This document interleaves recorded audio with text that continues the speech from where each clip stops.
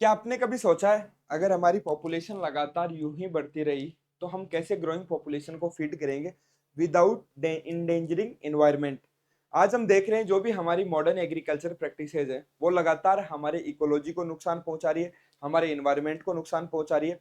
कई प्रकार की जो प्रॉब्लम्स है उसकी वजह से हमें देखने को मिल रही है, जैसे कि क्लाइमेट चेंज हो गया और भी बहुत सारी समस्याओं से आज हमें जूझना पड़ रहा है। तो आने वाले टाइम पे हम कैसे इन समस्याओं से इजात पाते हुए किस प्रकार से जो है हम हमारा प्रोडक्शन को सिक्योर करेंगे, उसी कुछ कंसेप्ट के बारे में आज हम डिस्कस करने वाले हैं। आज हम डिस्कस करेंगे सस्टेनेबल एग्रीकल्चर क्या होती है, क्या होती है सस्टेनेबल एग्रीकल्चर। कंप्लीट डिस्कस करेंगे इस वीडियो के अंदर। क्या हमारे कंपोनेंट होते हैं सस्टेनेबल एग्रीकल्चर के, और कैसे हम किसी भी सिस्टम को बोल सकते हैं कि ये हमारा सिस्टम है वो सस्टेनेबल है, इसके इंडिसेस क्या क्या होते हैं वो सब कुछ हम जानेंगे। इसके अलावा एग्जाम पॉइंट ऑफ व्यू से क्या क्या इंपॉर्टेंट क्वेश्चन हो सकते हैं वो हम सब कुछ इस वीडियो में डिस्कस करने वाले हैं। इसी वीडियो में लास्ट में हम ये भी डिस्कस करेंगे कि कौन कौन से पीवाईक्यूज यहाँ से आए हैं हमारे पहले जीआरएफ एसआरएफ एग्जाम के अंदर, वो भी कंप्लीट इस वीडियो में जानेंगे। ओके, तो सबसे पहले हम समझते हैं कि सस्टेनेबल एग्रीकल्चर से पहले कौन कौन सी मॉडर्न एग्रीकल्चर प्रैक्टिसेज आज हम कर रहे हैं जो कहीं ना कहीं हमें नुकसान पहुंचा रही है, उनको हम समझेंगे। ओके, वन बाय वन हम उनको डिस्कस करेंगे। सबसे पहली जो प्रैक्टिस है हमारी वो है इंटेंसिव टिलेज। हम सब जानते हैं कि टिलेज के बारे में सबसे पहले जेथरो टूल भाई साहब ने हमें बताया था। अगर हम बात करें अराउंड 1734 के अराउंड, उन्होंने सबसे पहले बताया था कि हमें सॉइल को टिल करना है, उसके बाद में जो है हम फिजिकली और मैकेनिकली अगर सॉइल के मैनिपुलेट करेंगे तो हमें अच्छी यील्ड मिलेगी, और हमने किया भी। लेकिन हमने क्या किया, हमने उसको इंटेंसिव टिलेज में कन्वर्ट कर दिया। इंटेंसिव टिलेज मतलब हम क्या करते हैं, आज अगर हम फार्मिंग करते हैं तो उसके अंदर पहले हम प्लॉविंग करेंगे, फिर हेरोविंग करेंगे मतलब प्राइमरी टिलेज करेंगे, फिर सेकेंडरी टिलेज करेंगे, फिर हम लैंड प्रिपरेशन करते हैं और उसके बाद में जाके हमारी क्रॉप की सोविंग करते हैं। तो हम क्या कर रहे हैं, बार बार हमारी सोइल को डिस्टर्ब कर रहे हैं, जिसकी वजह से जो हमें बहुत सारी समस्याओं से हमें जूझना पड़ता है। जैसे कि सबसे पहली जो और सबसे बड़ी जो प्रॉब्लम है वो है हमारी सॉइल इरोजन। अगर हम बार बार अगर टिलेज ऑपरेशन करेंगे तो सॉइल इरोजन की जो प्रॉब्लम है वो हमारी इंक्रीज हो जाएगी। दूसरी, सॉइल ऑर्गेनिक मैटर लॉस। आज अगर हम बात करें, चाहे हमारी इंडिया की सॉइल की बात करें या कहीं और की भी, ऑर्गेनिक मैटर धीरे धीरे हमारा डिक्लाइन हो रहा है। ऑर्गेनिक मैटर डिक्लाइन कैसे हो रहा है, टिलेज करने से। हम सब जानते हैं कि ऑर्गेनिक मैटर का डिकम्पोजिशन है वो एरोबिक माइक्रो ऑर्गेनिज्म से होता है। किससे होता है, जो हमारे एरोबिक माइक्रो ऑर्गेनिज्म है उनसे। और जैसे ही हम टिलेज करते हैं तो जो एरोबिक माइक्रो ऑर्गेनिज्म है उनकी पॉपुलेशन और ज्यादा इंक्रीज होती है, जिसकी वजह से हमारा जो ऑर्गेनिक मैटर का डिकम्पोजिशन है और ज्यादा फास्ट हो रहा है, और धीरे धीरे हमारा ऑर्गेनिक मैटर जो है वो हमारी सोइल से लॉस हो रहा है। नेक्स्ट है green house gas emission. Green house gas emission कैसे होगा, ऑर्गेनिक मैटर का डिकम्पोजिशन होता है तो हमें पता है कि CO2 जो गैस है हमारी वो फॉर्म होती है, और CO2 गैस क्या है, ग्रीन हाउस गैस है। तो ग्रीन हाउस गैस एमिशन है वो हमारा इंक्रीज हो रहा है। Next, affect on soil biota. Soil biota अगर हम बात करें मतलब सोइल माइक्रो ऑर्गेनिज्म फ्लोरा या फना की हम बात करते हैं, उसमें भी हमें अफेक्ट देखने को मिल रहा है। नेक्स्ट जो हम प्रैक्टिस कर रहे हैं वो है मोनोकल्चर। मोनोकल्चर किसको बोलते हैं, अगर लगातार हम year by year same crop को हम किसी सेम लैंड पे अगर हम प्रैक्टिस करते हैं तो उसको हम बोलते हैं मोनोकल्चर। और अगर मोनोक्रॉपिंग एक और टर्म है, मोनोक्रॉपिंग। मोनोक्रॉपिंग किसको बोलते हैं, अगर एक क्रॉप एक हम ईयर के अंदर वन ईयर में अगर वन क्रॉप को अगर हम ग्रो कर रहे हैं तो उसको हम बोलते हैं मोनोक्रॉपिंग। और अगर मोनोक्रॉपिंग को ईयर बाय ईयर अगर हम प्रैक्टिस करते हैं तो उसी को हम बोल देते हैं मोनोकल्चर।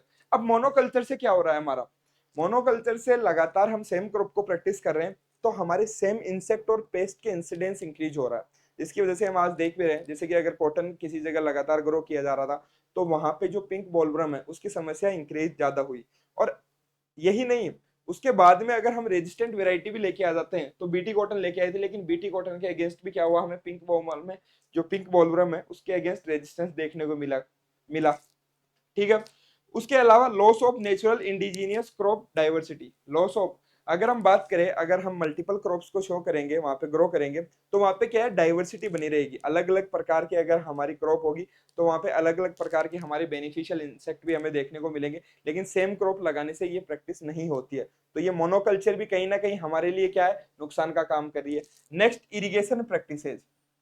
अगर हम आज बात करें इरिगेशन के अंदर, पहले रेनफॉल पे ज़्यादा डिपेंडेंट थे, लेकिन जैसे जैसे टेक्नोलॉजी का डेवलपमेंट हुआ, फिर वेल से हम इरिगेशन करने लगे, उसके बाद ट्यूबवेल हम यूज में लेने लगे। मतलब जो मेन टारगेट है ना, आज हमारा मेन टारगेट यही है कि जितना पानी है जमीन में उसको निकाल के और हमारे काम में ले लो। हम ये नहीं सोचते हैं कि हमारे फ्यूचर जनरेशन का क्या होगा, और यही हम कर रहे हैं। लगातार जो हमारे एक्वीफर्स है वो लगातार क्या हो रहे हैं, धीरे धीरे खाली हो रहे हैं। आप ये सुनते होंगे कहीं पे भी कि जो हमारा वाटर लेवल है पहले 200 फीट था, अब 300 फीट चला गया, 400 फीट चला गया। इवन जो बोलते हैं कई बार कि जो पत्थर है उसके नीचे भी पानी नहीं मिल रहा। कहाँ से मिलेगा? पूरा पानी तो हमने क्या किया, निकाल दिया। Ground water level falls down, धीरे धीरे ग्राउंड जो वाटर है वो लेवल नीचे जा रहा है। बहुत surface and ground water contamination by agro chemicals, ये भी सबसे बड़ी समस्या है। हम केमिकल्स तो यूज में ले रहे हैं, बट वो जा कहाँ पे रहे हैं? अगर हम हमारी धरती के अंदर, हमारी सोइल के अंदर अगर कुछ डाल रहे हैं तो रहेगा किसमें? सोइल में तो रहेगा। सोइल से कहाँ पे जाएगा? वो वाटर में जाएगा। तो वो जा कहाँ रहा है? फाइनली पानी में। और उसी पानी को हम क्या कर रहे हैं? कंज्यूम कर रहे हैं। तो ह्यूमन हेल्थ पे भी हमें इफेक्ट देखने को मिल रहा है उसका। इनऑर्गेनिक फर्टिलाइजर्स 1842 के अंदर जो है सबसे पहले हमारा एसएसपी जो फर्टिलाइजर है उसको प्रोड्यूस किया गया था।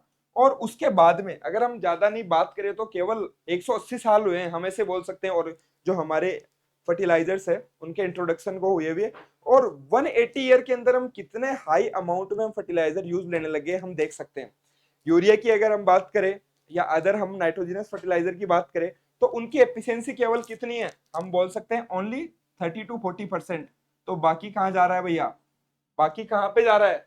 बाकी लॉस हो रहा है, या तो इन्वायरमेंट में जाके, इन्वायरमेंट या तो एटमॉस्फेयर को पोल्यूट कर रहा है ग्रीन हाउस गैसेस की फॉर्म में, या फिर नाइट्रेट की फॉर्म में लीच डाउन हो रहा है और जाके जो हमारा ग्राउंड वाटर है उसको कंटामिनेट कर रहा है, या फिर जो वाटर बॉडीज है वहां पे हमारा जो नाइट्रेट की फॉर्म में जा रहा है या फिर फॉस्फेट की फॉर्म में जा रहा है, और वहां पे जाके यूट्रोफिकेशन जैसे प्रोसेस हो रहे हैं।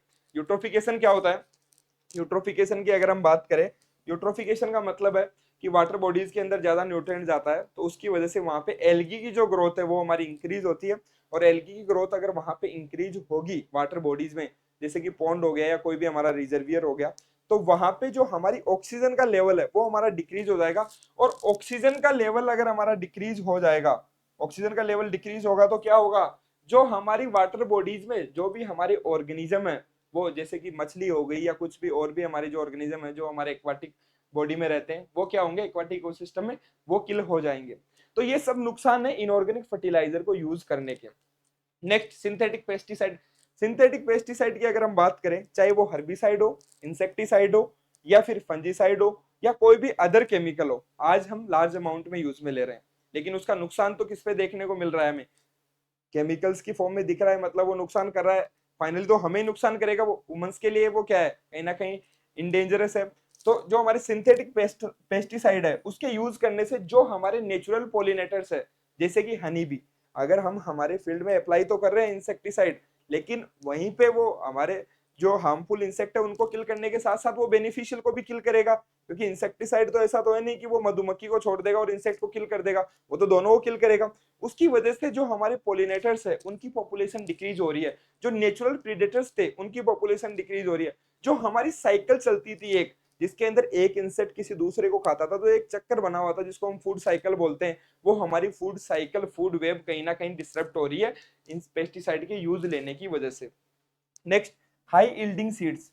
अराउंड 1960 के अराउंड सबसे ज्यादा जो है हमारी रिवॉल्यूशन आया। अगर हम हाई यील्डिंग वेराइटीज की बात करें तो राइस और व्हीट के अंदर ऐसी ऐसी वेराइटीज आई जिनका प्रोडक्शन जो है जितना पहले आ रहा था उससे डबल हो गया। लेकिन हुआ क्या? वो प्रोडक्शन किसकी वजह से आया? वो प्रोडक्शन के साथ साथ डबल हमारी वाटर रिक्वायरमेंट भी हुई, डबल हमारी न्यूट्रिएंट रिक्वायरमेंट भी हुई। जो भी हमारी हाई यील्डिंग वेराइटीज है उनको ज्यादा न्यूट्रिएंट चाहिए, ज्यादा वाटर की रिक्वायरमेंट होती है। तो कहीं ना कहीं फिर से हमारा लॉस हो रहा है। किसका लॉस हो रहा है? जो हमारा केमिकल फर्टिलाइजर्स है या फिर हम बात करें वाटर, कहीं ना कहीं तो लॉस हो ही रहा है।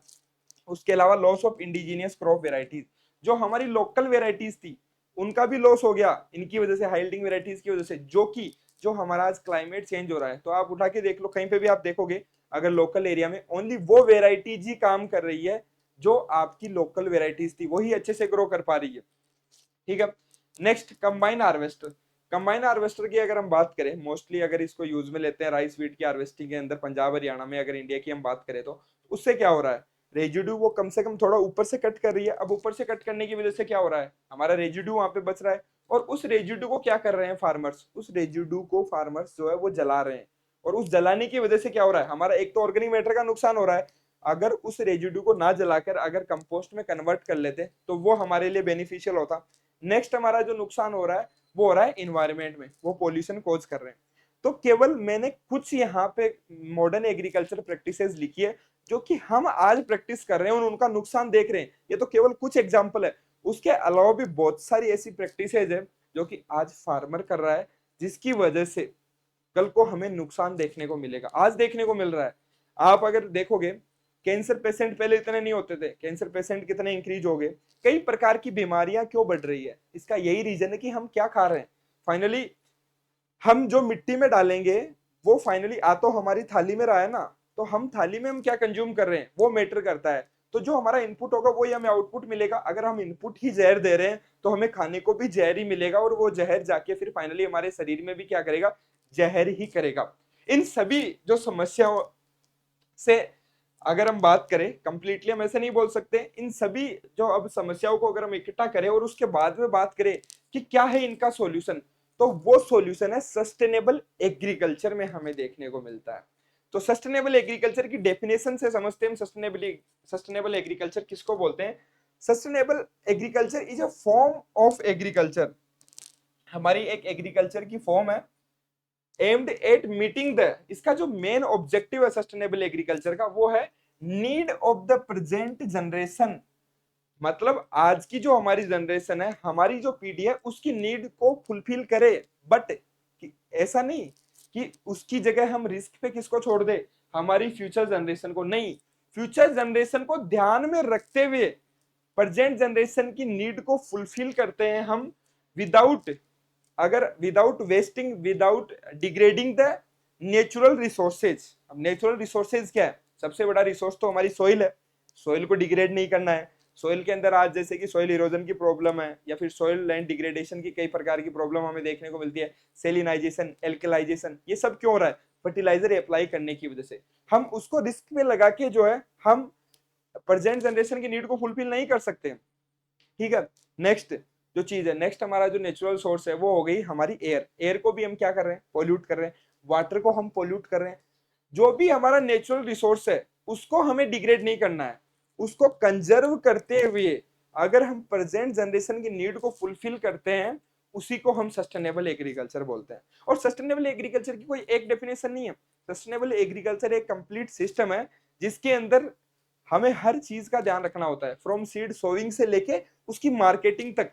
केवल सस्टेनेबल एग्रीकल्चर यहीं तक सीमित नहीं है कि हमने हार्वेस्टिंग कर ली और ये टाइप ऑफ फार्मिंग है, लाइक ऑर्गेनिक फार्मिंग। नहीं, ऑर्गेनिक फार्मिंग हमें बोलती है कि वहां पे हमें ऑर्गेनिक प्रोडक्ट यूज में लेने हैं, मतलब कि फर्टिलाइजर्स को अवॉइड करना है और भी जो केमिकल्स है उनको अवॉइड करना है। बट सस्टेनेबल एग्रीकल्चर ऐसा नहीं बोलता है, सस्टेनेबल एग्रीकल्चर बोलता है कि आपको सस्टेनेबल वे में यूज में लेना है, मतलब इस प्रकार से आपको यूज में लेना है कि उसकी लॉन्ग टर्म प्रोडक्टिविटी बने रहे।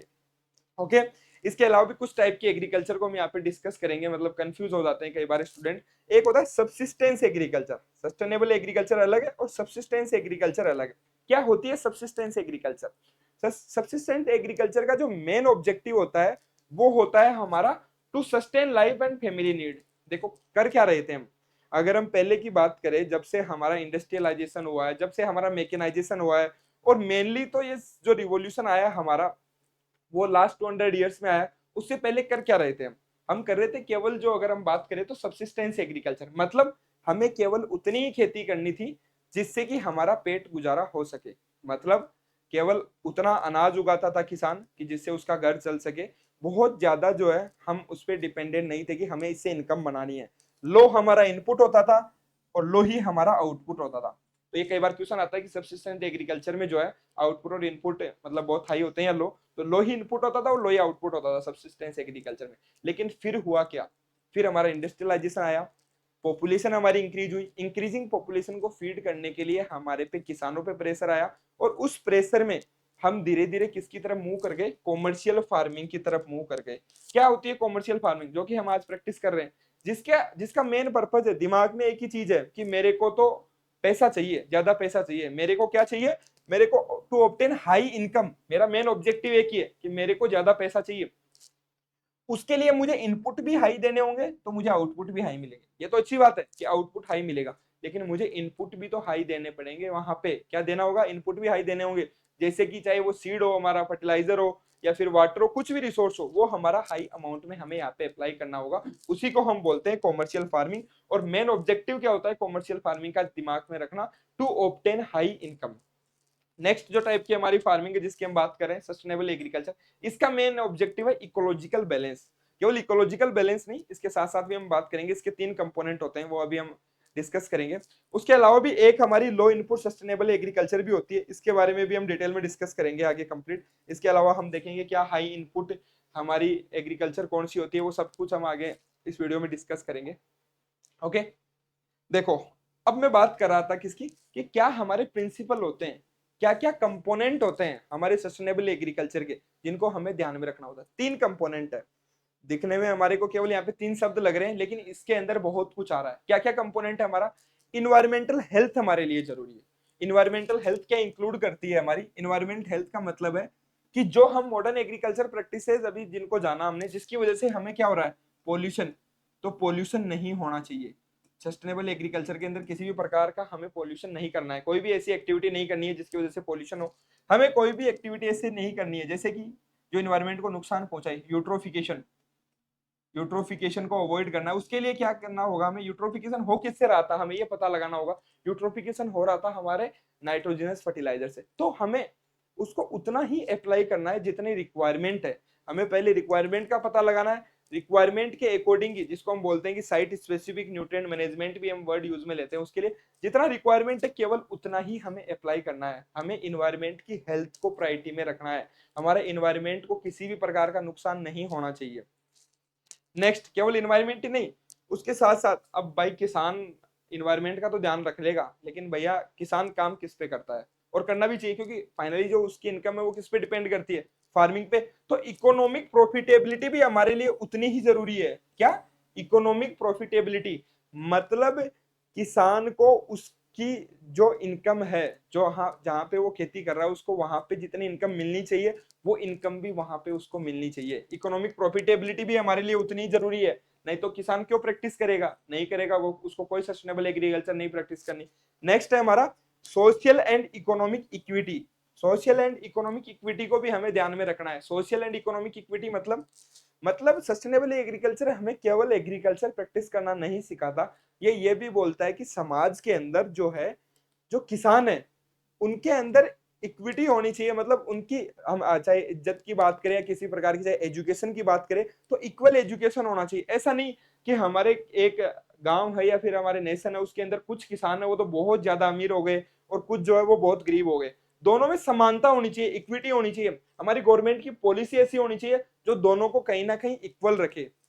सोशल एंड इकोनॉमिक इक्विटी बहुत ज्यादा जरूरी है अगर हम प्रिंसिपल की बात करें तो एग्जाम में कई बार क्वेश्चन आता है, विच of the following is not the key principle of sustainable agriculture.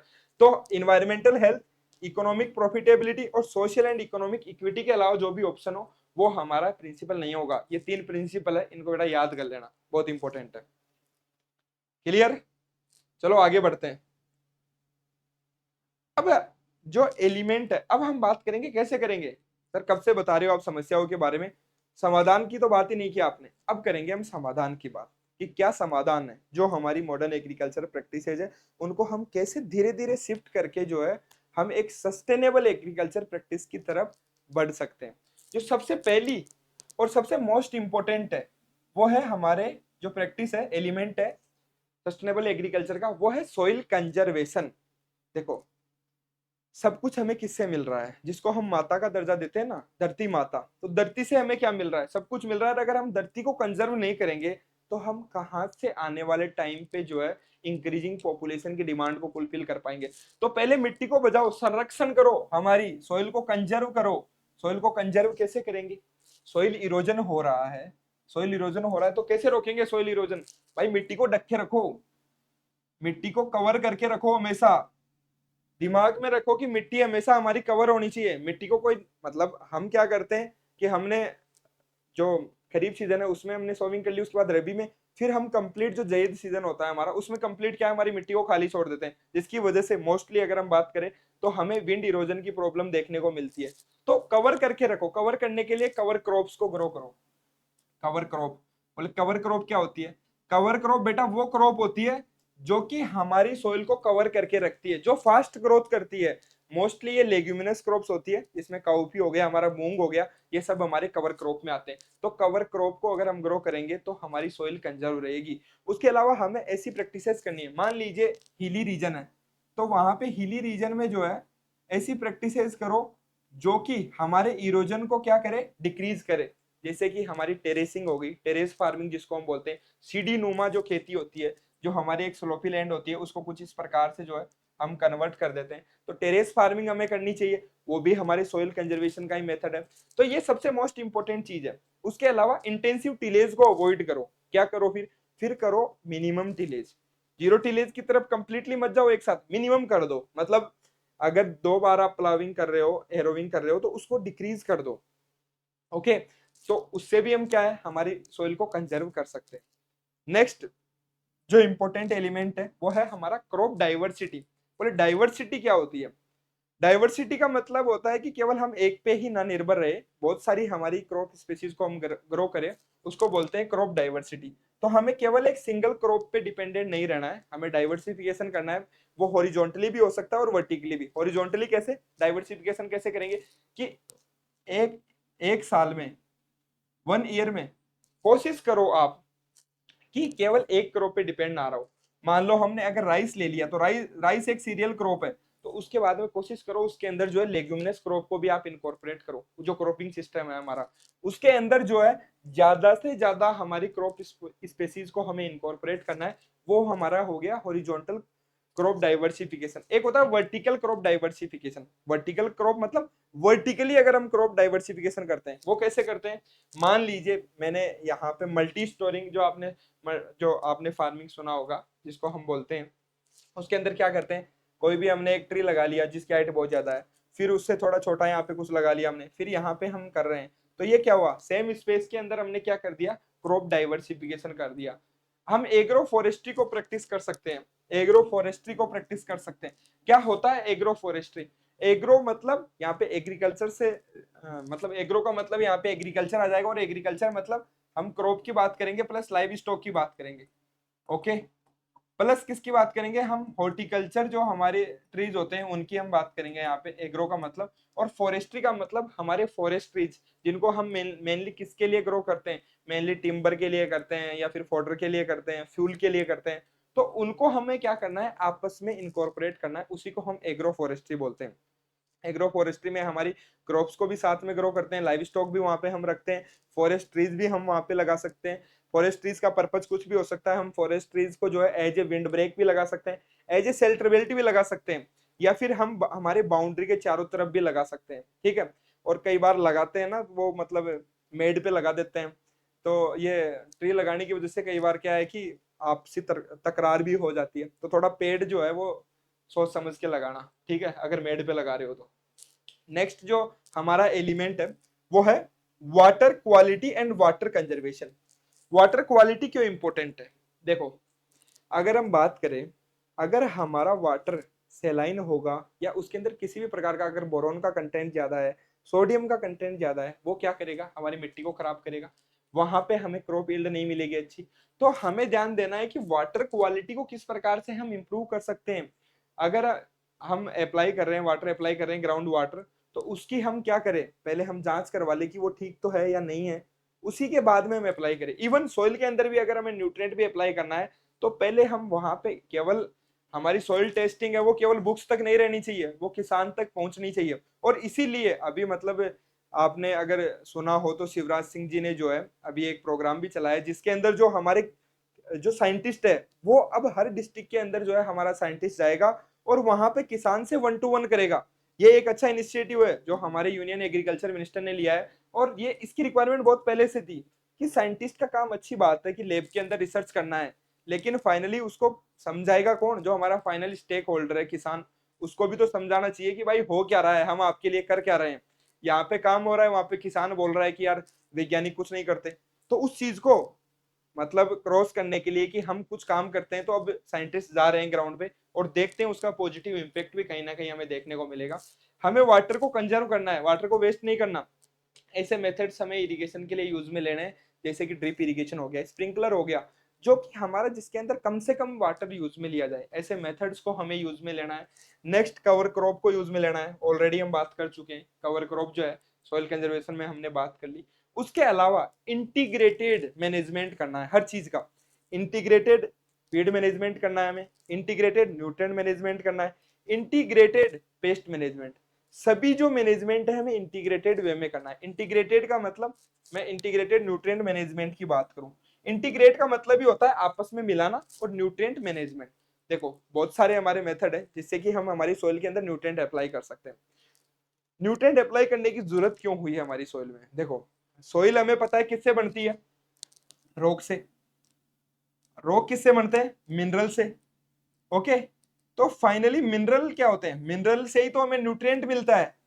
तो ऑलरेडी हमारी सोइल के अंदर था, लेकिन हम फार्मिंग कर करके वो न्यूट्रिएंट हमने निकाल लिया, इसलिए आज हमें जरूरत हो गई कि हमें एक्सटर्नली न्यूट्रिएंट अप्लाई करने की जरूरत पड़ रही है। तो सर एक्सटर्नली न्यूट्रिएंट अप्लाई करने के लिए क्या क्या सोर्स है हमारे पास? बेटा दो सोर्स है, एक तो ऑर्गेनिक, एक इनऑर्गेनिक। ऑर्गेनिक मेन्योर है हमारे पास, जिसमें हम कंपोस्टिंग भी आ गया, हमारा फार्म यार्ड मेन्योर भी आ गया, सब कुछ आ गया, एक तो वो है हमारे पास तरीका।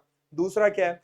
दूसरा है हमारे पास हम इनऑर्गेनिक फर्टिलाइजर से अप्लाई कर सकते हैं। तो दोनों को बैलेंस प्रपोर्शन में अप्लाई करना है। सबसे पहले मिट्टी की जांच कराओ, उसके बाद में ऑर्गेनिक जो है हमारे फर्टिलाइजर, मतलब ऑर्गेनिक मेन्योर है, उसको अप्लाई करना है कुछ अमाउंट में, और उसके साथ जो है फिर हमें इनऑर्गेनिक फर्टिलाइजर अप्लाई करना है। कंप्लीटली अवॉइड नहीं करना है, मैं फिर रिपीट कर रहा हूँ, हमें कंप्लीटली इनऑर्गेनिक फर्टिलाइजर को सस्टेनेबल एग्रीकल्चर में अवॉइड नहीं करना है, ऐसा कुछ भी कहीं पे भी मेंशन नहीं है, वो ऑर्गेनिक फार्मिंग में होता है।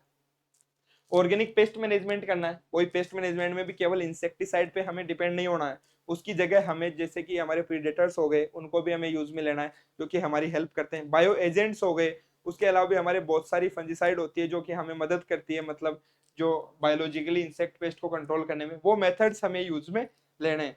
तो ये कंप्लीट जो है हमने बातचीत की कि क्या क्या एलिमेंट हो सकते हैं सस्टेनेबल एग्रीकल्चर को, कैसे हम हमारी एग्रीकल्चर को सस्टेनेबल बना सकते हैं। ओके, अब बात करेंगे, अब तक जो हमने बात की वो इंपॉर्टेंट है, जो समझाती है कि सस्टेनेबल एग्रीकल्चर क्यों रिक्वायरमेंट थी और कैसे हम हमारे सिस्टम को सस्टेनेबल बना सकते हैं। और केवल जितनी मैंने कुछ एलिमेंट की बात की, बहुत सारे एलिमेंट है जिनको हमें ध्यान में रखना है। मैंने बताया ना कि सोशल इक्विटी भी जरूरी है, ये भी एक सस्टेनेबल एग्रीकल्चर में आता है कि अगर आपके लेबर काम कर रही है हमारे एग्रीकल्चर में, उसको अगर फेयर वेज नहीं मिल रहा है, अगर उसको फेयर वेज नहीं मिल रहा है, इसका मतलब भी हमारा सिस्टम अनसस्टेनेबल है। बहुत सारा अगर हमें पता लगाना है ना कि कौन सा जो हमारी एग्रीकल्चर है वो सस्टेनेबल है या नहीं है, बहुत कॉम्प्लेक्स है पता लगाना, इसके इंडिसेस दिए गए हैं, बट उसके बावजूद भी जो है पता लगाना बहुत ज्यादा कॉम्प्लेक्स है।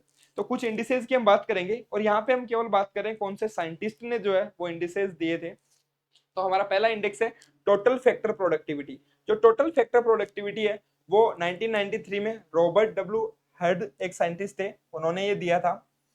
आगे हम कंप्लीट बात करेंगे क्या होता है टोटल फैक्टर प्रोडक्टिविटी, क्या इसका फॉर्मूला होता है। अभी केवल हम देख रहे हैं कौन से साइंटिस्ट ने दिया था।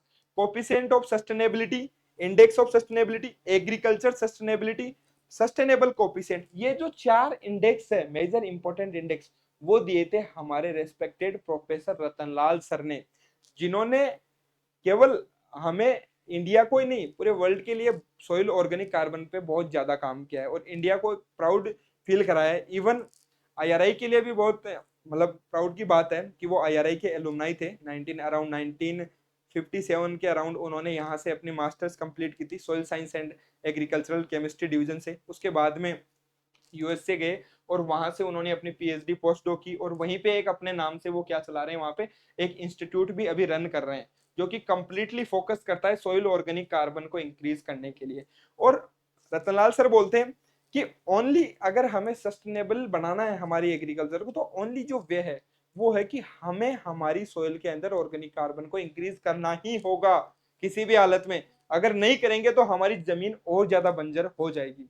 ओके, नेक्स्ट जो हमारा इंडेक्स है वो है सस्टेनेबल एग्रीकल्चर मैट्रिक्स, जो कि दिया था doctor Jin Zhang and doctor Eric Davidson ने 2019 में भी रिसेंटली दिया है उन्होंने। नेक्स्ट हमारा इंडेक्स है इन्वायरमेंटल सस्टेनेबिलिटी इंडेक्स, जो कि JW हेंसन ने 1996 में दिया था। ये आप नोट डाउन कर लीजिए, एक बार इसका स्क्रीनशॉट ले लीजिए। ये हमारे, एक बार ये लीजिए, ये हमारे एग्जाम पॉइंट ऑफ व्यू से बहुत इंपॉर्टेंट है। एक बार आप लोग इसका स्क्रीनशॉट ले लीजिए और इनको आप याद कर लेना। ओके, अब वन बाय वन हम डिस्कस करेंगे सबको। सबसे पहले हम बात करेंगे प्रोडक्टिविटी की। देखो प्रोडक्टिविटी क्या होती है? प्रोडक्टिविटी का मतलब ही हमें मेजर करना है कि कितना जो है हमारा पर यूनिट जो हमने रिसोर्स यूज में लिया है उससे हमें कितना प्रोडक्शन मिला है, कितना टोटल हमारा प्रोडक्शन हुआ है पर यूनिट ऑफ रिसोर्स यूज। अब वो यूनिट में क्या हो सकता है? पर यूनिट, पर यूनिट मतलब 1 kg सीड अगर मैंने यूज लिया तो ये भी क्या है? हमारा रिसोर्स है। तो 1 kg सीड से मुझे कितना प्रोडक्शन मिला? इसी प्रकार से सभी जो हम हमारे जितने भी जो रिसोर्स हमने यूज में लिए हैं उन सबको अगर हम एक जगह करते हैं उसके बाद में जो निकालते हैं वही हमारी प्रोडक्टिविटी है। 1 किलो सीड से मुझे कितना प्रोडक्शन मिला वही मेरे लिए क्या है? वही प्रोडक्टिविटी है। 1 किलो फर्टिलाइजर मैंने यूज में लिया तो उससे मुझे कितना प्रोडक्शन मिला, वो क्या हो गया? प्रोडक्टिविटी। तो इसका फॉर्मूला सिंपल सा है, productivity equals to P upon R. P यहाँ पे स्टैंड करता है टोटल प्रोडक्शन के लिए और आर का मतलब है रिसोर्स यूज, कि कौन सा जो है हमने वहां पे रिसोर्स यूज में लिया है। ओके, प्रोडक्टिविटी हम यील्ड की भी तो निकालते हैं, उसके अंदर क्या करते हैं? पर यूनिट एरिया हम देखते हैं कि कितनी यील्ड आई है, उसको हम प्रोडक्टिविटी बोल देते हैं। क्लियर? नेक्स्ट हम बात करेंगे टोटल फैक्टर प्रोडक्टिविटी की। टोटल फैक्टर प्रोडक्टिविटी क्या मेजर करता है? ये मेजर करता है हमारा total factor productivity measures productivity per unit cost, cost per unit cost of all factors involve in production. Cost of all factors, सभी जितने भी हमारे फैक्टर है ना उनकी कॉस्ट को हमें एक जगह करना है और वो हम किससे कंपेयर करेंगे? वो प्रोडक्टिविटी को फिर कंपेयर करने में हमारी मदद करता है। सभी फैक्टर, सीड से लेके फर्टिलाइजर से लेके जो भी हमारे फैक्टर है, लेबर से लेके एनर्जी कंजप्शन से लेके जो ट्रैक्टर आप यूज ले रहे हो, मशीनरी से लेके सभी फैक्टर्स की जो कॉस्ट हमारी लगी है उन सबको एक जगह करते हैं और उससे हम क्या कैलकुलेट करते हैं? टोटल फैक्टर प्रोडक्टिविटी कैलकुलेट करते हैं।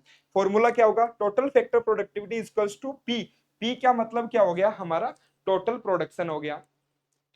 आर आई, आर आई का मतलब यहाँ पे आई क्या है? हमारा रिसोर्स यूज, इंडिविजुअल, यहाँ पे इंडिविजुअल रिसोर्स, इंडिविजुअली जो हमने रिसोर्स यूज में लिया है उसको इंडिकेट कर रहा है। और जो हमारे रिसोर्स की जो कॉस्ट लगी है उसके लिए क्या है? सी स्टैंड कर रहा है। अगर यहाँ पे रिसोर्स की यहाँ पे अगर हमें वैल्यू दे दे, अगर सी की वैल्यू देते और पी की वैल्यू दे दे तो हम टोटल फैक्टर प्रोडक्टिविटी यहाँ पे निकाल सकते हैं। ओके, सो ये फॉर्मूला आप याद रखना, वेरी वेरी इंपॉर्टेंट है। टोटल फैक्टर प्रोडक्टिविटी का किसी भी एग्जाम में जो है वो आपसे फॉर्मूला पूछा जा सकता है। क्या होगा? P divided by R I into C I. R I क्या है? हमारा इंडिविजुअल रिसोर्स यूज्ड है और C क्या है? हमारा कॉस्ट ऑफ द रिसोर्स है। ठीक है बेटा, आगे बढ़ते हैं। नेक्स्ट इंडेक्स की हम बात करते हैं। नेक्स्ट है हमारा कोफिशिएंट ऑफ सस्टेनेबिलिटी। देखो अगर हम इन इंडिसेस की बात करें ना तो इनको कैलकुलेट किया जाता है मोस्टली रिसर्च पर्पज के लिए। आप ये मत सोचना कि सर हमें तो कभी नहीं पढ़ाया गया, मोस्टली ज्यादा बुक्स में ये मिलते भी नहीं है। ये जो जितने भी है जो हमारे अभी हम डिस्कस कर रहे हैं, जितने भी जो इंडेक्स है वो सारे रिसर्च पेपर से उठाए गए। ओके, जो करंट में जो भी रिसर्च हो रहा है हमारे एग्रीकल्चर में, जहाँ पे एग्रीकल्चर सस्टेनेबल की बात हो रही है वहां से ये रिसर्च पेपर से ये लिए गए हैं। तो इनको आप याद कर लेना। अगर आज से अगर सस्टेनेबल एग्रीकल्चर से बहुत अच्छा क्वेश्चन आ गया तो ये इंडिसेस जरूर पूछे जाएंगे वहां पे। तो ये आपको पता होना चाहिए। अगर आप ये याद कर लोगे तो आप उन स्टूडेंट से आप आगे निकल जाओगे जो ये वीडियो नहीं देख रहे हैं। ठीक है, तो इनको याद जरूर करना, केवल वीडियो देखने से काम नहीं चलेगा। उम्मीद है आप पेन और कॉपी तो लेके बैठे होंगे, तो तुरंत आप इनको राइट डाउन करते जाओ एक एक को, और जस्ट जैसे ही वीडियो कंप्लीट हो उसके बाद में इनको याद करके ही उठना। ठीक है बेटा। Major changes in the soil properties in relation to production. जो हमारा कोफिशिएंट ऑफ सस्टेनेबिलिटी है वो किसको मेजर करता है? कि हमारी सॉइल प्रॉपर्टीज में क्या चेंज आ रहा है। प्रोडक्शन मतलब जब प्रोडक्शन हमारा इंक्रीज हो रहा है, प्रोडक्शन के साथ जो है क्या रेस्पॉन्स कर रहे हैं हमारी सॉइल प्रॉपर्टीज, उसकी जो स्टडी करते हैं उसको बोलते हैं कोफिशिएंट ऑफ सस्टेनेबिलिटी। सीएच से इसको डिनोट करते हैं। यहाँ पे इसका फॉर्मूला होगा CH equals to function of OI AD OMT। क्या है OI? OI का मतलब है output per unit that maximises per capita productivity और प्रॉफिट। ओके, एडी क्या है? Output per unit decline in the most limiting और नॉन रिन्यूएबल रिसोर्सेज। क्या होते हैं बेटा? Non renewable resources. Non renewable resources हमारे वो रिसोर्सेज होते हैं जो कि अगर हम एक बार यूज में ले ले तो फिर कंप्लीटली वो खत्म हो जाते हैं। जैसे कि हमारा ऑयल हो गया, पेट्रोलियम हो गया, पेट्रोलियम इसका सबसे बेस्ट एग्जांपल है पेट्रोलियम। अगर हमने एक बार पेट्रोल यूज में ले लिया, इसका मतलब क्या हुआ, वो गया। अब वहीं पे जो हमारे रिन्यूएबल रिसोर्स होते हैं, जैसे कि सोलर एनर्जी, सोलर एनर्जी जितनी चाहे उतनी काम में लो, फिर से हमारी जनरेट होती रहती है। तो सोलर एनर्जी क्या है, हमारा रिन्यूएबल रिसोर्स है। पेट्रोलियम, कोल, जो कोयला हम बोलते हैं उसको, वो भी एक क्या है, हमारा नॉन रिन्यूएबल रिसोर्स है। तो यहाँ पे बोल रहा है कि आउटपुट कितना मिल रहा है हमें पर unit, decline in the most limiting, और मतलब मोस्ट लिमिटिंग बोला गया है। देखो नॉन रिन्यूएबल रिसोर्स को क्या बोला गया है यहाँ पे, मोस्ट लिमिटिंग बोला गया है कि उसका डिक्लाइन हो रहा है, उससे हमें कितना आउटपुट मिल रहा है, ओएम। ओएम का मतलब है यहाँ पे मिनिमम एश्योर्ड आउटपुट, मतलब हम ये लगाए कि यार इतना आउटपुट तो हमें मिलेगा ही, वो है हमारा ओएम। और T stands for time. Clear? तो एक बार स्क्रीनशॉट ले लीजिए आप इसका, इंपॉर्टेंट है ये भी। कोफिशिएंट ऑफ सस्टेनेबिलिटी एग्जाम में डायरेक्टली फॉर्मूला पूछा जा सकता है। आप ये याद करने की जरूरत नहीं है इतना, ओ आई ए डी का मतलब क्या है, ओ एम का मतलब क्या है, ये सब जो एग्जामिनर अगर या तो क्वेश्चन में देगा या वो आपसे पूछेगा नहीं। ठीक है, आप केवल फॉर्मूला याद रखिए, function of O I A D O M और टी, केवल इतना आप याद रखिए। क्लियर? बेटा नेक्स्ट बात करते हैं हम इंडेक्स ऑफ सस्टेनेबिलिटी की। इंडेक्स ऑफ सस्टेनेबिलिटी है वो इंपॉर्टेंट है। ऑलरेडी एक बार आईसीआर जेआरएफ 2021, कब, आईसीआर जेआरएफ 2021, ये क्वेश्चन इसका फॉर्मूला ऑलरेडी आ चुका है। ठीक है बेटा, एग्रोनॉमी के जेआरएफ में आया था ये 2021 के अंदर। ये जो वैल्यू है वो सब दी हुई थी, केवल यहाँ पे फॉर्मूला वहां पे मेंशन था कि कौन सा फॉर्मूला इसका करेक्ट है। तो इंडेक्स ऑफ सस्टेनेबिलिटी को समझते हैं क्या होता है। इंडेक्स ऑफ सस्टेनेबिलिटी है वो रिलेट करता है हमारे प्रोडक्टिविटी को, किससे, to change in soil and environmental characteristic. यहाँ पे सोइल के साथ साथ इन्वायरमेंट को भी कंसिडर किया गया है कि प्रोडक्टिविटी में कितना चेंज आ रहा है जब हमारे सोइल की और इन्वायरमेंट की जो कैरेक्टरिस्टिक है वो चेंज हो रहे हैं। तो और इसका फॉर्मूला क्या होगा, index of sustainability equals to function of SI. SI मतलब alteration in soil properties, S stand for soil. हमें पता है कि यहाँ पे सोइल एंड इन्वायरमेंट की बात हुई है, इसका मतलब यहाँ पे सोइल को भी फैक्टर में इंक्लूड किया जाएगा। हम किसकी बात करेंगे, हम और भी जो हमारा रिसोर्स है इंपॉर्टेंट जैसे वाटर, उसकी भी हम बात करेंगे, क्लाइमेट की यहाँ पे बात करेंगे, और टाइम की यहाँ पे बात करेंगे। तो डायरेक्टली हमें ये भी पता चल जाएगा कि ये किस चीज को मेजर करता है। SI stand for alteration in soil properties, मतलब सोइल प्रॉपर्टीज में क्या चेंज आया है। W I stand for change in water resource and water quality, मतलब वाटर के रिसोर्स में अवेलेबिलिटी में अभी कौन सा रिसोर्स हम यूज में ले रहे हैं, पहले कौन सा ले रहे थे, और वाटर की क्वालिटी में कितना चेंज आया है। CI stand for modification in climate factor. Climate, देखो क्लाइमेट की बात हो गई, इन्वायरमेंट की बात कर रहे थे हम, इसलिए क्लाइमेट फैक्टर में क्या मॉडिफिकेशन हुआ है। आज हम बात करते हैं, हम देखते हैं क्लाइमेट चेंज हो रहा है डेली, कहीं ना कहीं हर तीसरे दिन हमें न्यूज़पेपर में आर्टिकल देखने को मिल जाता है क्लाइमेट चेंज पे। हम हर हर बार जब गर्मियों का सीजन आता है हम सेम लाइन रिपीट कर रहे हैं हर साल कि गर्मी इस बार ज्यादा है, इस बार पिछले साल से ज्यादा गर्मी है, इस बार पिछले साल से ज्यादा टेम्परेचर इंक्रीज हो गया। क्यों हो रहा है ये, दैट्स क्लाइमेट चेंज। यही क्लाइमेट चेंज है ब्रो। और ये क्लाइमेट चेंज की केवल बात होती है, फाइनली जो इसका जो खामियाजा है वो किसको भुगतना पड़ रहा है, हमारे किसान को। क्यों, कुछ भी, आज क्लाइमेट चेंज की वजह से कभी रेनफॉल लेट आ रही है, कभी जल्दी चली गई, नुकसान किसको हो रहा है, किसान को हो रहा है। आज मैं देख रहा हूँ, लास्ट 3-4 साल से मैं खुद ऑब्जर्व कर रहा हूँ, जब हार्वेस्टिंग का टाइम होगा ना तब बारिश होगी, तब ओलावृष्टि होगी। वही तो क्लाइमेट चेंज है।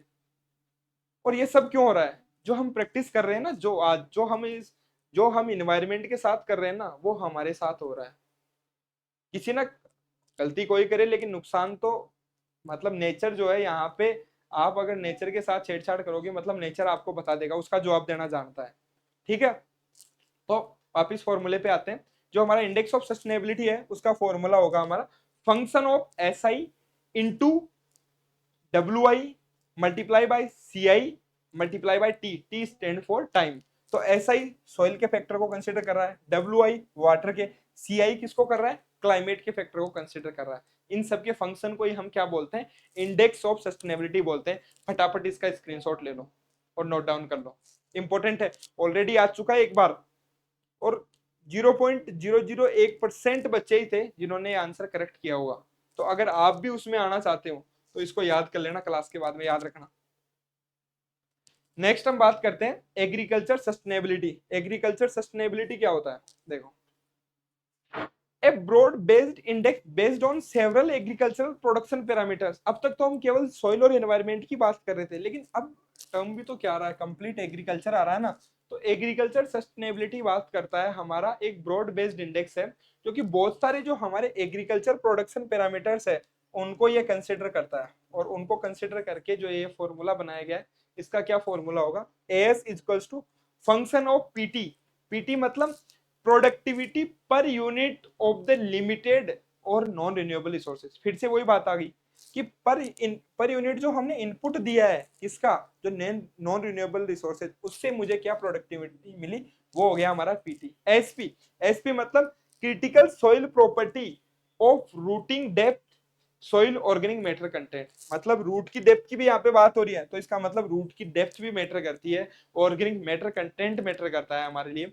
डब्ल्यू फिर से आ गया, यहाँ पे डब्ल्यू क्या बोल रहा है, available water capacity including water quality. वही बात हो गया कि वाटर के रिसोर्स की यहाँ पे बात हो रही है। डब्ल्यू स्टैंड फॉर वाटर के रिसोर्स के लिए यहाँ पे है, एस स्टैंड फॉर सोइल के प्रॉपर्टीज के लिए, पी है प्रोडक्टिविटी के लिए, और सीटी, सीटी का मतलब क्लाइमेटिक फैक्टर्स की बात होगी। सीटी मतलब climatic factor such as gaseous flux हो गया from agriculture activity. Gaseous flux का मतलब, गैसियस फ्लक्स का मतलब ये हो गया कितनी जो ग्रीन हाउस गैस है वो हमारी एमिट हो रही है जो हम सिस्टम प्रैक्टिस कर रहे हैं। ठीक है, तो P for productivity, S for soil की सोइल से रिलेटेड है, डब्ल्यू फॉर वाटर और सी फॉर क्लाइमेट। तो वो ही चीजें बार बार रिपीट हो रही है हर फॉर्मूले के अंदर। कुछ फॉर्मूले जो कुछ इंडेक्स है हमारे उसमें कुछ ऐड हो रहा है और किसी में कुछ रिमूव किया जा रहा है, तो आप याद कर लेना ये। ठीक है, ये भी एक इंपॉर्टेंट इंडेक्स है हमारा। नेक्स्ट हम बात करते हैं, नेक्स्ट हम बात करते हैं, लास्ट हमारा इंडेक्स सही है, नहीं लास्ट नहीं है, अभी तो और भी, इसके बाद हम और भी डिस्कस करेंगे। हाँ, सस्टेनेबल कोफिशिएंट की हम बात करेंगे। देखो, जितने भी हमारे इंडेक्स है ना, ये सब सस्टेनेबल नाम है इनमें, तो कंफ्यूज मत होना, एक एक को अच्छे से याद करना। कौन सा एग्रीकल्चर सस्टेनेबिलिटी का इंडेक्स है, कौन सा इंडेक्स ऑफ सस्टेनेबिलिटी है, कौन सा सस्टेनेबल कोफिशिएंट है।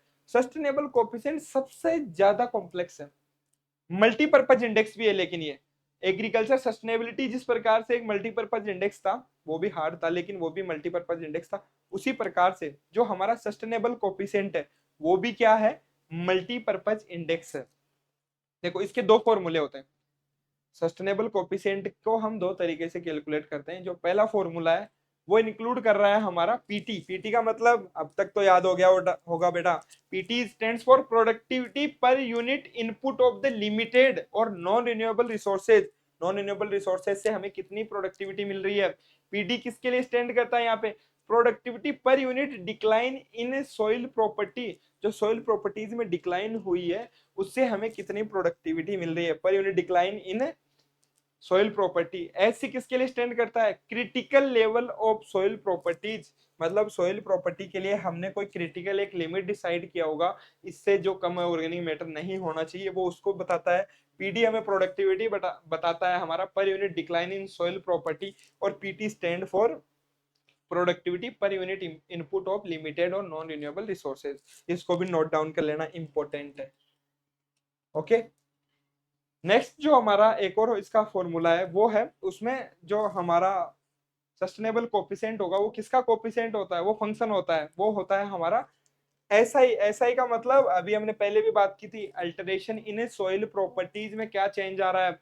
W T available water capacity including water quality. W का नाम आते ही याद रखना दिमाग में आपके वाटर आना चाहिए। सीटी आ गया बेटा, क्लाइमेटिक फैक्टर आ गया। सिंपल है, एकदम सिंपल है, बिल्कुल इजीली याद हो जाएगा। इवन अब तो आप इनके एब्रीवेशन है वो भी आप याद कर सकते हो कि किसका क्या बोलते हैं, क्योंकि सेम ही रिपीट हो रहे हैं। पीटी का आपको पता चल चुका है, एसआई का आपको पता चल चुका है, डब्ल्यू आ गया मतलब वाटर की बात हो रही है, सी आ गया मतलब क्लाइमेट की बात हो रही है। इजीली आप इनके फॉर्मूला याद रख सकते हो, कुछ भी टाइम नहीं लगेगा, पर याद कर लो बेटा। अगर उन बच्चों से आगे निकलना है जो कि एवरेज तैयारी कर रहे हैं, अगर आईआरआई जैसे इंस्टीट्यूट में आना चाहते हो, अगर टॉप रैंक लाना चाहते हो, तो आपको ये सब पढ़ना पड़ेगा, तो आपको ये सब याद करना होगा।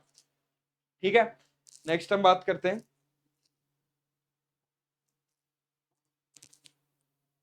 अगर एवरेज रहना है आपको तो आप मत याद कीजिए, क्योंकि सब याद नहीं करते इनको, और हर जगह आपको ये मिलेंगे भी नहीं। स्पेशली आपके लिए जो है कंपाइल करके ये जो कंप्लीट क्लास है वो हम लेकर आए। तो वीडियो को जो है आप लाइक जरूर कर दीजिए देखते देखते, क्योंकि आपको 2 सेकंड लगेगी, लेकिन जो हमारी मेहनत है उसको कुछ ना कुछ इससे मिल जाएगा, और लगातार हम और भी मोटिवेट होंगे आपके लिए, और ऐसे इंपॉर्टेंट लेक्चर्स हम लेकर आएंगे जिससे कि आपको मदद मिल सके। Okay, carbon sustainability index, carbon की फिर से हम बात करते हैं यहाँ पे। कार्बन जो है वो, अगर हम बात करें कार्बन की इनपुट और आउटपुट की हम बात करते हैं आज। अगर मैं इनपुट की बात करूँ आज, कार्बन इनपुट मतलब आ कैसे रहा है सॉइल के अंदर कार्बन, तो सीधा सा तरीका है, केवल एक तरीका है जिससे कार्बन हम इनपुट ला सकते हैं, कार्बन को सॉइल जो जो एटमॉस्फेयर में जो कार्बन प्रेजेंट है उसको हम एब्जॉर्ब कर सकते हैं, दैट इज फोटोसिंथेसिस। ओनली तरीका है। हमें पता है कि फोटोसिंथेसिस में जो है प्लांट कार्बन डाइऑक्साइड लेता है और उसके बाद में उससे क्या बनाता है, उससे ग्लूकोज बनाता है, कंप्लीट प्रोसेस होता है। वो ग्लूकोज स्टार्च में कन्वर्ट होता है, ग्लूकोज हो गया स्टार्च में, और स्टार्च से क्या हो गया, हमारे जो प्लांट की फिजिकल स्ट्रक्चर है वो बनती है, जिसको कि हम देख पाते हैं, जो भी फिजिकल स्ट्रक्चर वो हो गई हमारी, वो स्टार्च से बनती है। और फाइनली वो डिकम्पोज होता है, जब जब उसको हम किल कर देंगे उसके बाद वो डिकम्पोज होगा। तो डिकम्पोज होने के बाद में क्या हुआ, जो एटमोस्फेयर में कार्बन था वो किधर आ गया, सोइल में आ गया। ठीक है, तो वो हो गया हमारा कार्बन इनपुट का तरीका। आउटपुट मतलब बाहर कैसे जा रहा है कार्बन, मतलब CO2 की फॉर्म में जाएगा। CO2 की फॉर्म में कैसे जा रहा है भाई, जलाते हो, जब लकड़ी जलाते हो तो जो उससे निकलता है कार्बन डाइऑक्साइड निकलती है ना जब जलता है, तो वो कंबशन से जाएगा। उसके अलावा जब ऑर्गेनिक मैटर का फिर से डिकम्पोजिशन होगा, तो ऑर्गेनिक मैटर का डिकम्पोजिशन होने से क्या है, हमें पता है कि CO2 गैस वहां पे निकलती है, तो इस प्रकार से वापस से एटमोस्फेयर में जाएगा। वो हो गया हमारा कार्बन आउटपुट। तो कार्बन सस्टेनेबिलिटी इंडेक्स का फॉर्मूला होगा हमारा carbon input minus carbon output divide by carbon input, divide by carbon input. याद रखना, नीचे कार्बन इनपुट आ रहा है। अब इससे हमें कुछ ना कुछ वैल्यू मिलेगी, या तो जीरो से ज्यादा मिलेगी, या फिर जीरो से कम मिलेगी, या जीरो मिलेगी। अगर वैल्यू हमारी जीरो से ज्यादा है, इसका मतलब जो हमारा सिस्टम है वो नेट कार्बन सिंक है, मतलब वो ज्यादा कार्बन एब्जॉर्ब कर रहा है एमिट करने से ज्यादा। अगर वो 500 टन एमिट कर रहा है ना, तो वो 500 से ज्यादा एब्जॉर्ब भी कर रहा है। इसका मतलब वो हमारा सस्टेनेबल है, वो हमारा जो सिस्टम है वो सस्टेनेबल है। अगर जीरो है वैल्यू, इसका मतलब कि जितना एमिट कर रहा है उतना ही एब्जॉर्ब कर रहा है, मतलब बात बराबर की है, बात बराबरी की है। ठीक है, अगर CSI की वैल्यू, कार्बन सस्टेनेबिलिटी इंडेक्स की वैल्यू अगर जीरो से कम है, इसका मतलब वो हमारा नेट सोर्स है। जो हमारा सिस्टम है ना, वो क्या है बेटा, नेट कार्बन सोर्स है। नेट कार्बन सोर्स का मतलब वो केवल जनरेट कर रहा है, वो हमारा जितना एब्जॉर्ब कर रहा है उससे ज्यादा एमिट कर रहा है। अगर 400 टन वो एब्जॉर्ब कर रहा है तो 405 टन एमिट कर रहा है, 400 से ज्यादा कर रहा है।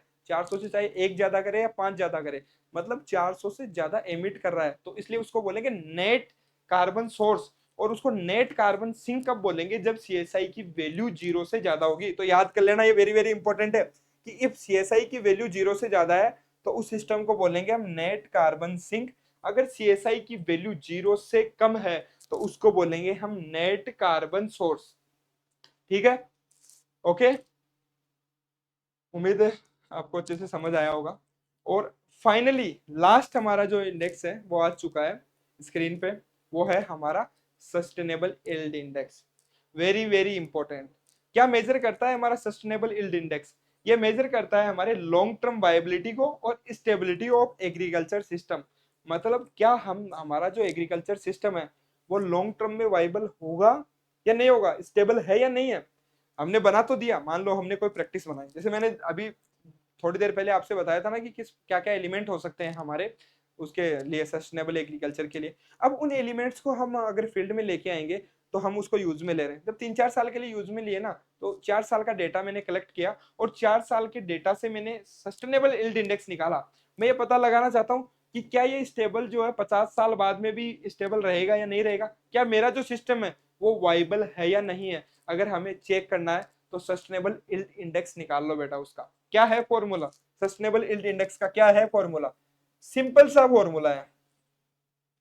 एक तो वाई एम माइनस जो हमारा standard deviation divide by Y max. Y M मतलब मैक्सिमम यील्ड।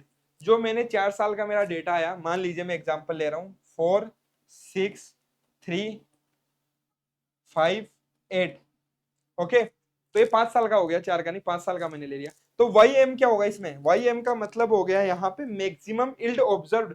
जो मेरे पास डेटा है जितने साल का मैं ले रहा हूँ उसमें मैक्सिमम यील्ड कितनी आई, तो इसमें मैक्सिमम यील्ड कितनी आई है, टन में यील्ड, तो 8 टन आई। तो 8 क्या हो गया, मेरी वाई एम की वैल्यू हो गई। इसका हम क्या निकाल लेंगे उसके बाद, स्टैंडर्ड डेविएशन। स्टैंडर्ड डेविएशन के फॉर्मूला से हम क्या निकाल सकते हैं, इसका स्टैंडर्ड डेविएशन फिर निकाल सकते हैं। Okay, no no sorry, Y M जो है यहाँ पे मीन यील्ड है, वाई मैक्स है जो मैक्सिमम यील्ड की बात कर रहे थे, वाई एम जो है वो मीन यील्ड है। मीन कैसे निकालेंगे, हम इनको ऐड कर देंगे सभी को, और जो इसके टोटल नंबर है जो कि जिससे कि हम मीन निकालते हैं, जैसे कि इसका अगर मीन निकालना हो तो 4 + 6 10, 10 + 3 कितना हो गया 13, 13 + 5 कितना हो गया हमारा 18, और 18 और 8 कितना हो गया 26। ओके, तो 26 डिवाइड बाई 5, ओके, तो ये आएगा हमारा 5.2। ओके, तो 5.2 क्या हो गया, ये हमारे वाई एम की वैल्यू आ गई, मतलब मीन यील्ड, मीन यील्ड की वैल्यू आ गई। इसी प्रकार से हम स्टैंडर्ड डेविएशन कैलकुलेट कर सकते हैं, वाई मैक्स की वैल्यू क्या होगी, वो 8 होगी, मतलब मैक्सिमम यील्ड कितनी है। ठीक है, अब इसकी जो वैल्यू है सस्टेनेबल यील्ड इंडेक्स की, इसकी जो रेंज होती है वो होती है 0 से 1 के बीच में। क्या होती है इसकी रेंज, इसकी रेंज होती है हमेशा 0 to 1। रेंज क्या होगी इसकी, 0 to 1 होगी। वेरी वेरी इंपॉर्टेंट, कई बार एग्जाम में पूछा जा चुका है कि सस्टेनेबल यील्ड इंडेक्स की जो है रेंज क्या होती है, बहुत ज्यादा इंपॉर्टेंट है। आई थिंक एक बार तो एसआरबी के एग्जाम में आया था, और एक बार एसआरएफ में ये क्वेश्चन आ चुका है कि सस्टेनेबल यील्ड इंडेक्स की रेंज क्या होती है, तो इसकी रेंज होती है 0 to 1। याद रख लेना, सस्टेनेबल यील्ड इंडेक्स की क्या रेंज होगी, 0 to 1 होगी। तो इसी के साथ जितने भी हमने इंडेक्स है उनकी हमने बात कर ली है। अब हम दो तीन टर्म होते हैं जिनमें हम बहुत कंफ्यूज होते हैं। एक होता है हमारा हाई एक्सटर्नल इनपुट एग्रीकल्चर, एक होता है हमारा लो एक्सटर्नल इनपुट एग्रीकल्चर, एक होता है हमारा लो एक्सटर्नल इनपुट सस्टेनेबल एग्रीकल्चर। ये क्या होते हैं इनके बारे में एक बार समझ लेते हैं ब्रीफली। देखो, हाई, नाम पे ध्यान दो आप, हाई एक्सटर्नल इनपुट मतलब जो हमारी हाई एक्सटर्नल जो इनपुट हम यूज में ले रहे हैं वो क्या हाई अमाउंट में ले रहे हैं, मतलब हाई एक्सटर्नल इनपुट एग्रीकल्चर जो कि हम प्रैक्टिस कर रहे हैं आज, वो क्या है, इसके अंदर इनपुट जो है बहुत ज्यादा यूज में ले रहे हैं एक्सटर्नल इनपुट, वो हो गई हमारी हिया फार्मिंग हम बोल सकते हैं उसको। जो लो एक्सटर्नल इनपुट एग्रीकल्चर है वो केवल कुछ इनपुट ही जो है वो एक्सटर्नल यूज में लेगा, मतलब कंप्लीटली अवॉइड नहीं करेगा, बट बहुत कम अमाउंट के अंदर वो यूज में लेगा। जैसे कि हमारे फर्टिलाइजर्स हो गए, या फिर सीड हो गया, हाई यील्डिंग वेराइटीज हो गई, या उसके अलावा कोई भी केमिकल्स हमारे हो गए, तो वो लो लो एक्सटर्नल इनपुट हमारा होगा। लेकिन एक होती है हमारी लो एक्सटर्नल इनपुट सस्टेनेबल एग्रीकल्चर। बोले दोनों में क्या फर्क है, इसमें हम ऐसी प्रैक्टिस नहीं कर रहे हैं जो कि सस्टेनेबल करे हमारे सिस्टम को। और जो लीसा होगी हमारी, लीसा जो एग्रीकल्चर है उसके अंदर हमेशा हमारा फोकस होता है कि हम इनपुट्स को इस प्रकार से यूज में ले कि वो जो फार्मिंग हो, वो हमारी एग्रीकल्चर प्रैक्टिस हो, वो सस्टेनेबल हो। हमेशा इसके अंदर ध्यान रखा जाता है, दिमाग में होता है जब भी इसकी हम प्रैक्टिस करते हैं लो एक्सटर्नल इनपुट सस्टेनेबल एग्रीकल्चर की, तो इन्वायरमेंटल इंपैक्ट को हमेशा ध्यान में रखा जाता है कि इन्वायरमेंटल इंपैक्ट जो है हमेशा पॉजिटिव होना चाहिए, मतलब कोई भी नुकसान हमें इन्वायरमेंट को नहीं पहुंचाना है।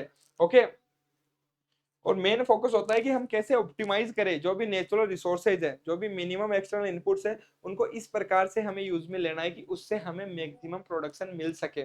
ओके, जो हमारा हाई एक्सटर्नल इनपुट एग्रीकल्चर है उसका इन्वायरमेंटल इम्पैक्ट हमेशा नेगेटिव होगा, हमेशा नेगेटिव, मतलब मोस्टली नेगेटिव ही होता है, क्योंकि किसी ना किसी प्रकार से तो इन्वायरमेंट को ये नुकसान पहुंचा ही देंगे।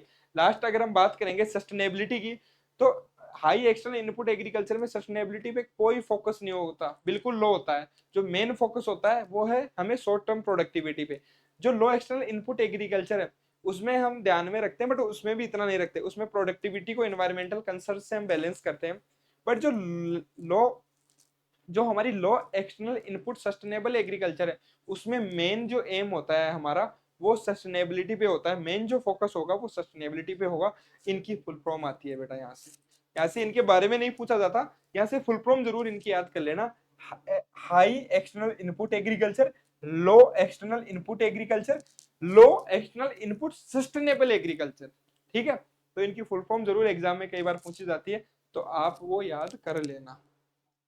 क्लियर।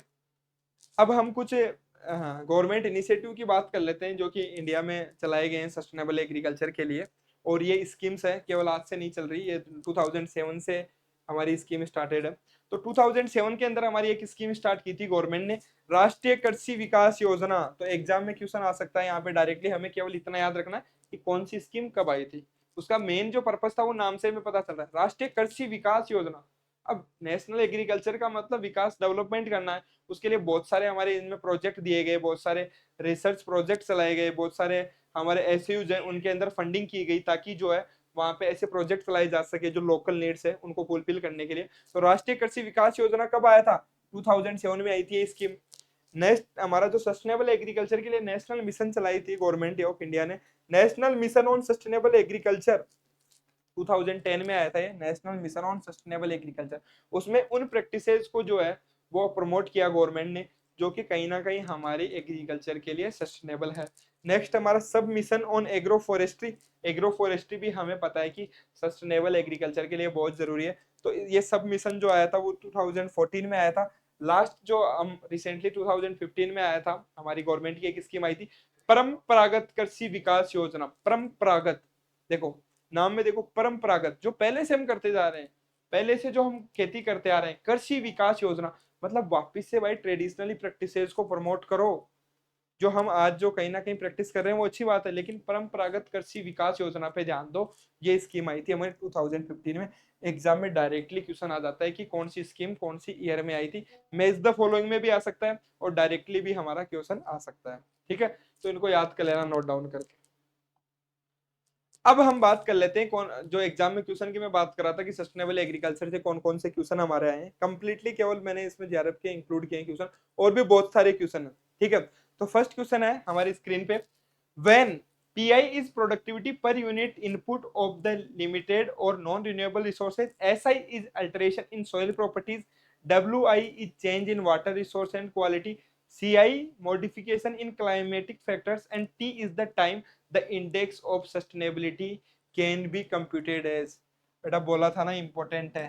ये देखो जो हम इंडेक्स की बात कर रहे थे ना, तो उनमें से जो है हमारा इंडेक्स ऑफ सस्टेनेबिलिटी का फॉर्मूला यहाँ पे पूछ लिया गया था 2021 की एग्जामिनेशन में। ठीक है, तो हमने अभी इसको देखा था। क्या ये होगा IS इसको? नहीं, ये तो देखते ही मैं कट कर दूंगा इसको। क्यों कट कर दूंगा भाई? फैक्टर तो लगाया नहीं, याद रखना फैक्टर भी लगाना है पहले। तो यहाँ पे F लिखा हुआ नहीं है, मैं इसको कट कर दूंगा, ऑप्शन को कंसिडर नहीं करता। सेकंड ऑप्शन से पहले मैं थर्ड ऑप्शन को देखता हूँ, यहाँ पे प्लस लगा दिया, प्लस लगा दिया, कंसिडर ही नहीं करता मैं। प्लस नहीं, मल्टीप्लाई था। छोटी छोटी चीजें याद रखनी होती है वहां पे। अभी तो आप याद कर लोगे, लग रहा है आपने याद कर लिया, वहां पे पता नहीं कब मल्टीप्लाई प्लस में कन्वर्ट हो जाता है दिमाग में। ठीक है, तो अच्छे से याद करना फॉर्मूला को। नेक्स्ट वाले में भी प्लस लगा दिया, इसको भी कंसिडर नहीं करता। सेकंड जो है बेटा इसका आंसर हो जाएगा IS equals to F PI multiply by SI multiply by WI multiply by CI और आगे T। क्लियर? ओके, नेक्स्ट हम बात करते हैं नेक्स्ट क्वेश्चन, जो कि रिसेंटली अभी 2024 के जेआरएफ एग्जामिनेशन में आया था। डायरेक्टली नहीं आया था, अगर आपने लेक्चर को अच्छे से सुना है तो आप आसानी से उसका आंसर कर पाओगे।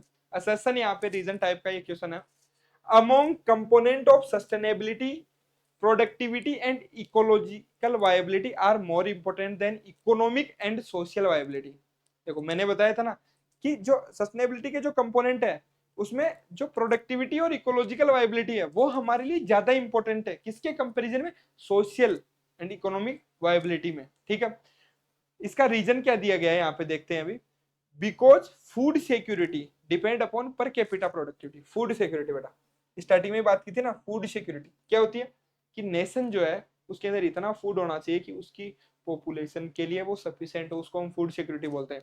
तो बिकॉज फूड सिक्योरिटी डिपेंड किस पे डिपेंड करती है? अपॉन पर कैपिटा प्रोडक्टिविटी।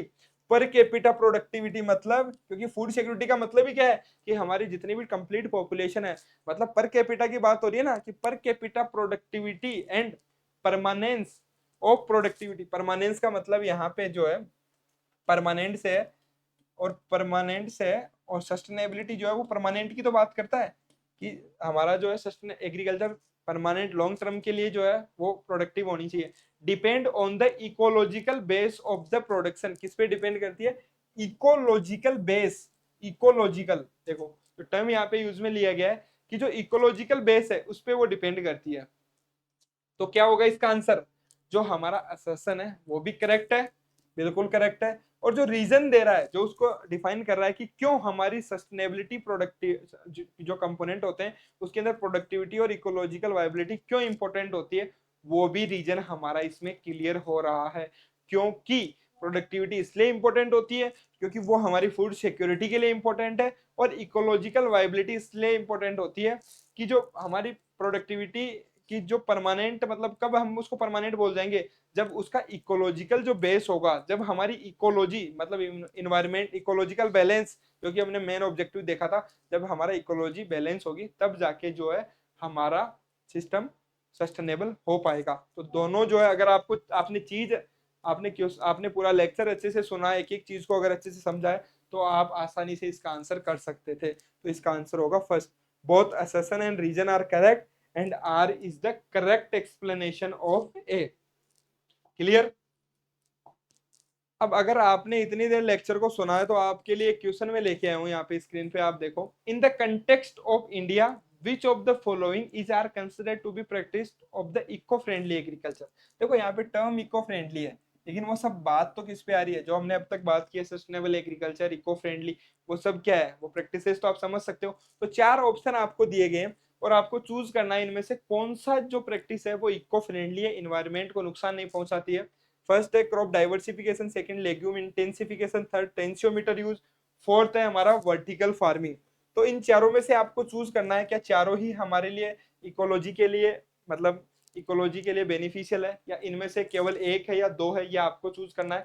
ऑप्शन दिया है आपको 1 2 3, केवल 1 2 3 होगा, या 3 ओनली होगा, या 4 ओनली होगा, या 1 2 3 4, मतलब चारों के चारों होंगे।